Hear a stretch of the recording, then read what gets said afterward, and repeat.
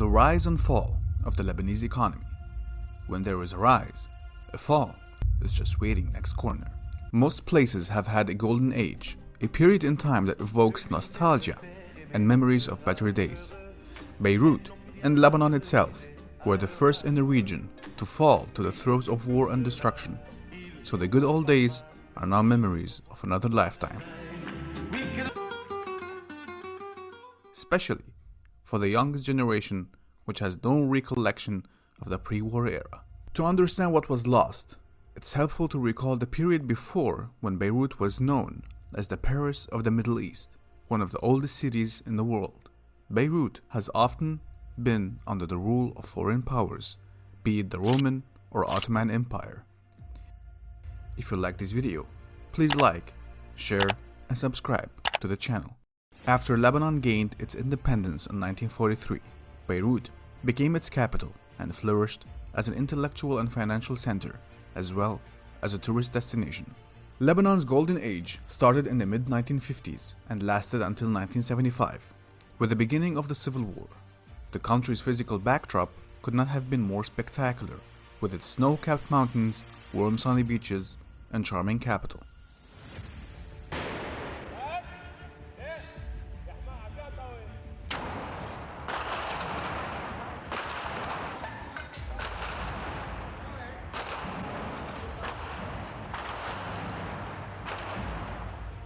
The war lasted from 1975 to 1990 and resulting in an estimated 120,000 fatalities.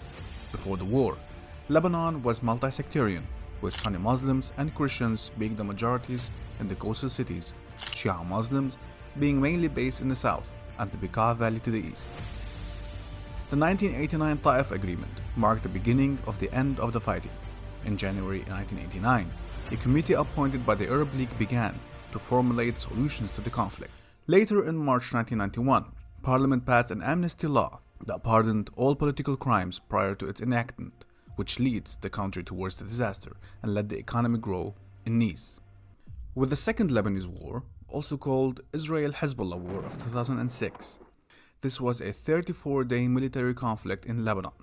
The Lebanese economy significantly expanded with growth, averaging 9.1% between 2007 and 2010.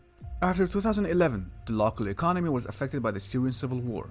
It started slowing since 2011, and the Syrian conflict and internal political tensions witnessed a sharp fall in 2019 and 2020.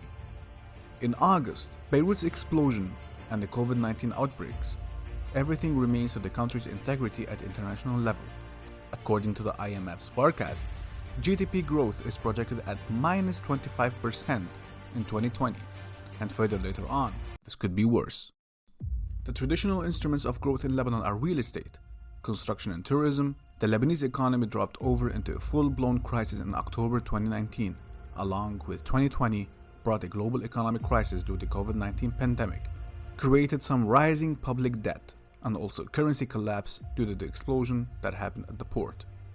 As IMF highlights the issue, Lebanon is the third most indebted country in the world, where in comparison to US dollar, the Lebanese lira has lost its 80% value since October 2019, which damages the basic necessities of the Lebanese people, including food, shelter, health, and other, because everything depends on smooth flow of the US dollars. But it doesn't end here. Socially known speakers talk about the fall of a secular state under siege, which causes more troubles for the country besides the wars and its politics, which leads the way towards its current situation. There are approximately 1.5 million Syrian refugees in Lebanon, of whom about 78% lack legal status. So where did it all go wrong? Some economists have described the Lebanon's financial system as nationally regulated Ponzi scheme, where new money is borrowed to pay existing credit, but the corruption within the country makes it worsened. Lebanon has always historically relied on money and investment from abroad to fuel its economy. Lebanon, in the midst of the worst economic and financial crisis since the onset of its civil war in 1975, the economic crisis triggered massive anti-government protests, resulting in the cabinet's resignation in October. The crisis engulfing Lebanon did not happen overnight. Over the past few years, there has been ample warnings of looming economic collapse, Following the civil conflict in the 1990s, Lebanon adopted a short-term economic vision built on services, mainly catering to neighboring countries, and, therefore, highly dependent on the regional political environment.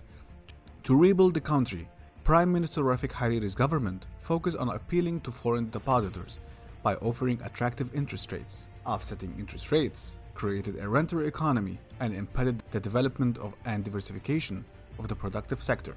The drop in global oil prices and what followed in terms of economic downturn in the Gulf, the war in Yemen, and prior to those the war in Syria, all destabilized the political and security environment in Lebanon. The dynamic rise of Lebanon's banking sector has also been slowing down.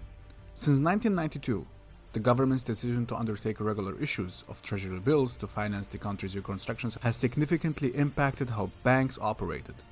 In order to attract deposits that allowed the banks to finance the debt, the government pushed higher interest rates. By 2019, rates reached an all-time high, reaching over 8% on the dollar and over 12% on the Lebanese pound. Moreover, the interest rate differential resulted in predatory speculative trends, benefiting the wealthiest classes. Hopes of a new, competent cabinet that could inspire trust are eroding each day. The country appears to be in freefall. Unemployment and the bankruptcy of major corporations are expected to grow in the next few months, increasing dollar scarcity, hyperinflation, and the inaccessibility of basic goods. There are but a few of the many immediate threats awaiting Lebanon. Economic pressure will only further mobilize citizens to take to the streets and amplify violent trends, leaving Lebanon's state nothing but bleak.